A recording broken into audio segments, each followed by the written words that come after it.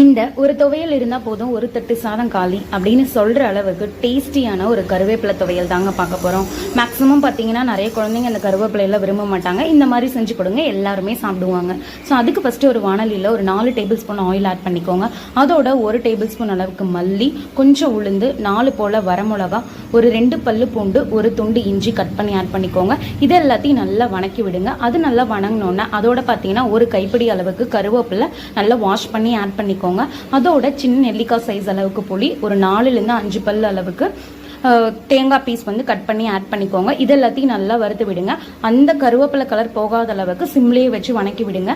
அது நல்லா ஆற விட்டதுக்கப்புறம் அதோட கொஞ்சம் கல்லுப்பு சேர்த்து அரைச்சி எடுத்துக்கோங்க. தண்ணி சேர்க்காம லைட்டாக தண்ணி சேர்த்து துவையல் பதத்துக்கு அரைச்சி எடுத்துக்கோங்க. அதுக்கு ஒரு கடுகு தாளிப்பு கொடுத்தோம் அப்படின்னா டேஸ்டியான கருவேப்பிலை துவையல் ரெடி.